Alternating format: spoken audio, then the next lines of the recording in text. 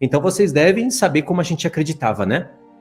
Como nós sempre falávamos, nós sempre falamos nos vídeos, nas lives, que a sétima cabeça estava para vir. E ela iria começar no início da semana. Então, no início da semana, até 3 anos e meio, seria o tempo da sétima cabeça, com 10 reis unidos.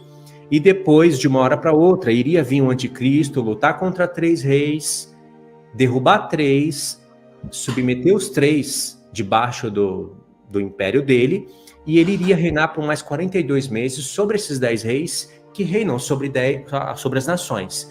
Mas vocês conseguem perceber que fica tudo muito encavalado? Então a gente não tinha uma definição certa se a sétima cabeça começaria um pouquinho antes da última semana ou se ela começaria mesmo na última semana. Seja como for, fica tudo muito encavalado, não faz sentido com a história dos reinos anteriores, por exemplo. Cada um teve uma história, uma queda, um início. Cada reino teve transição. Aí do sexto para o sétimo, por exemplo, o Império Romano caiu faz muito tempo. E aí é um tempo de transição muito grande, desde a queda do Império Romano. Depois o Império Romano Ocidental caiu pelos bárbaros e ali tomou um rumo. Depois o Império Romano Oriental caiu pelos otomanos e eles se tornaram também um império na Terra. E depois disso, até então, até hoje, não se levantou a sétima cabeça. É um tempo de transição muito grande, assim, desproporcional até. Cabe vários impérios nesse tempo de transição. Então, isso não estava muito bem correto, né? Ainda que nós continuássemos com o mesmo pensamento, dizendo que a sétima cabeça, ela só vai se levantar quando tiver 10 reis unidos. E isso é mais um pouquinho para frente, que ainda não se levantou. Estaria em preparação para se levantar. Ainda que nós falássemos isso, nós teríamos que pegar nações provenientes das nações da Organização das Nações Unidas. Nós teríamos que pegar emprestado nações da ONU. De qualquer maneira, nós iríamos estar usando a ONU. Então, não faz sentido a gente jogar fora toda a organização da ONU, toda a história desde 1945 e não enxergar nela a sétima cabeça. Então eu posso falar para vocês, irmãos, e vocês vão ver que isso vai ficar muito claro, que nós já estamos dentro da sétima cabeça. Ela já se iniciou nós temos até data. Em 1945 começou o tempo da sétima cabeça. E vocês vão perceber como as profecias vão se encaixar. Não vamos abandonar o anticristo vindo do Oriente Médio, sendo islâmico, 5 países do Ocidente, 5 do Oriente, nada disso vai ser abandonado, só que vai ficar tudo muito mais coerente. Então, para desenvolver o pensamento já, desde agora, para mostrar para vocês os desenhos também, nós vamos falar da formação da ONU, alguns aspectos da ONU. Eu vou ler para vocês Daniel 2 e depois Daniel 17, só para os textos ficarem mais fresquinhos na mente. Vamos lá. Daniel, capítulo 2, do 41 ao 43. E quanto ao que viste dos pés e dos dedos, em parte de barro, de oleiro e em parte de ferro, isso será um reino dividido. Contudo, haverá nele alguma coisa da firmeza do ferro, pois como viste o ferro misturado com barro de lodo. E como os dedos dos pés eram em parte de ferro e em parte de barro, assim por uma parte o reino será forte e por outra será frágil. Quanto ao que viste do ferro misturado com barro de lodo, misturar-se-ão com semente humana, mas não se ligarão um ao outro, assim como o ferro não se mistura com o barro. O que está acontecendo aqui no capítulo 2?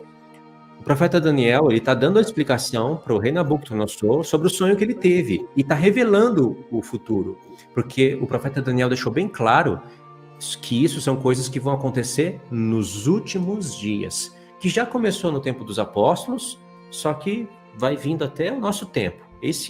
Pela palavra de Deus, isso é o que significa os últimos dias. Profeticamente, né, os 4 primeiros dias, os 4 milênios, e os últimos dias, o 5º milênio e o 6º milênio. E depois vem o 7º para fechar todo o plano de Deus. Tem várias camadas de revelação aí nesse texto, mas aqui vocês estão vendo que é barro e ferro. Agora não é mais ferro, o barro começa a se misturar com ferro, mas a profecia mostra que barro e ferro realmente não se misturam. Eles não se ligam. Embora eles estão ligados, eles não ficam ligados. São interesses, são conexões. Aqui, na verdade, já tem a explicação da ONU.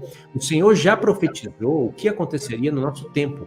Então, irmãos, a palavra misturado, que está ali de vermelho, misturado, misturar-se-ão, Deus já está dando para a gente uma prolepse. Ele está falando o que vai acontecer no futuro. A palavra misturado, olha aí, é a palavra árabe, da onde surge a palavra mistura mesmo, mistura de povos. Os árabes. Já está falando que os árabes vão ter entrada na ONU. Ainda não tem, mas eles terão. Eles já estão infiltrados, já estão entrando, tá tudo certinho para eles entrarem ali nos dedos da estátua. Então Deus já deixou uma dica ali: misturar-se-ão, não é a palavra de enfeite. E a primeira camada de revelação já fala que um reino, por uma parte, será fraco, onde tem barro, e por outro lado será forte, que é onde tem ferro. O que eu entendo que a parte fraca do reino é a parte humana, a parte onde tem, como se pode dizer? Na ONU, por exemplo, quando eles se reúnem para fazerem resoluções, para resolverem casos, é tudo parte da carne, parte do interesse próprio, parte que eles falam, não cumpre, é uma mistura de mentira. Isso é a parte fraca, é por isso que fala barro, parte humana. Só que muitas das resoluções que eles dão, acontece guerra. Muitas coisas que eles falam, acontece destruições. É a parte do ferro, porque diz que o ferro é forte e destrói tudo. Essa é uma parte que eu entendo da profecia. Outra parte, barro e ferro, aí está falando também do mundo árabe entrando, fazendo parte da estátua. Outra camada de revelação, que nós sabemos que é para o nosso tempo. Barro fala do homem e o ferro fala do mundo das máquinas. É o homem se misturando com a tecnologia, com a máquina. E isso já começou, não de agora, faz parte da história da Revolução Industrial. E isso, agora, o homem ele está praticamente se unindo de fato com o ferro, com máquinas, com computadores. Até daí vai surgir a imagem da besta, segundo Apocalipse 13. Pronto, essa é uma parte da explicação. Parece que não, mas essa explicação aí dos dedos da estátua, essa conta vai aparecer lá em Apocalipse 17, porque vai estar falando dos 10 reis. E se lá em Apocalipse 17 está falando dos 10 reis, então está explicando também a parte dos dedos da estátua. Acontece que em Daniel 2 nós temos informações que nós não temos em Apocalipse 13 ou em Apocalipse 17, tem que juntar tudo, certo? Agora vamos ler Apocalipse 17. Do 9 e 10, diz assim: as 7 cabeças são 7 montes, sobre os quais a mulher está assentada, e são também 7 reis. 5 caíram, um existe, o outro, que é o 7º, ainda não veio, e quando vier, convém que dure pouco tempo. A besta que era e já não é ela também o 8º, e é dos 7, e vai à perdição. E os 10 chifres que viste são 10 reis, aqui está explicando os dedos da estátua. Os 10 chifres que viste são 10 reis, que ainda não receberam o reino, mas receberão poder como reis por 1 hora, juntamente com a besta. É muito difícil da gente entender isso daqui. É muito difícil da gente pegar isso daqui. Vocês já sabem que as 7 cabeças da besta são 7 reinos. 5 caíram: Egito, Assíria, Babilônia, Pérsia e Grécia. Coincidiu, fechou a conta. O Império Romano sempre vai ser o ponto de partida para contar as coisas, para a gente entender que as cabeças falam de impérios e não somente de reis, justamente porque João está no tempo do Império Romano. Se 5 caíram, tem que ser esses 5 impérios que se levantaram contra a terra de Israel, e perseguiram o povo de Deus. Um existe, é o Império Romano, e o outro ainda não veio. Esse é os dedos da estátua, né? São os 10 reis. Quando vier, convém que dure pouco tempo. E aí ele fala, e a besta que viste, que a besta é a totalidade dos reinos, é o aglomerado de povos, é o 8º rei. E diz que o 8º procede dos 7, não diz que procede dos 5. Então, o 8º reino, que está na nossa frente, ele vai proceder com poder, com características. Ele vai reviver todos os reinos antigos. O que existe agora vai continuar, vai ter só algumas reformas, que a gente acredita que vai ter alguma reforma na ONU. Vai ter só algumas reformas, mas vai continuar e vai ser um império total, da onde o anticristo vai se apossar. Aí ele vai receber o trono, o próprio trono de Satanás ele vai receber, e vai estar no norte de Israel, na Turquia.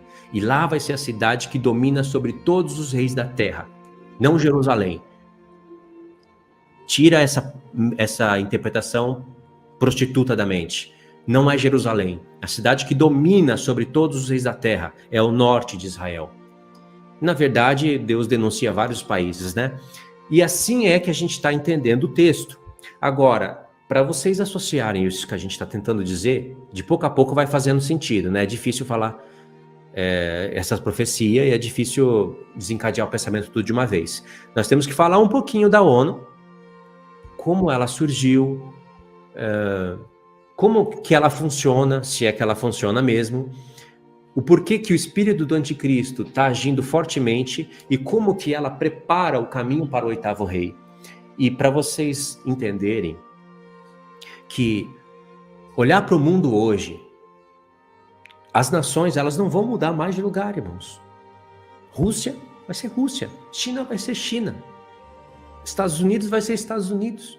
Ninguém vai mudar isso mais. O único que vai mudar isso é Cristo. Então, a gente não pode olhar para tudo isso, olhar para uma organização dessa e dizer, isso não faz parte nem da sexta cabeça e nem da sétima. Isso é apenas um vento, um passatempo. Não pode, não faz sentido. Isso tem que ter relação com alguma das cabeças. Isso é fato, isso é um raciocínio lógico. Se não é a sexta, não pode ser também a oitava, é a sétima. E como diz a profecia, o oitavo rei, que é a besta toda revivida, procede dos 7. Compreenderam até aqui? Essa é uma introdução que eu dei, ainda não explica tudo, mas vocês vão perceber como vai fazer sentido.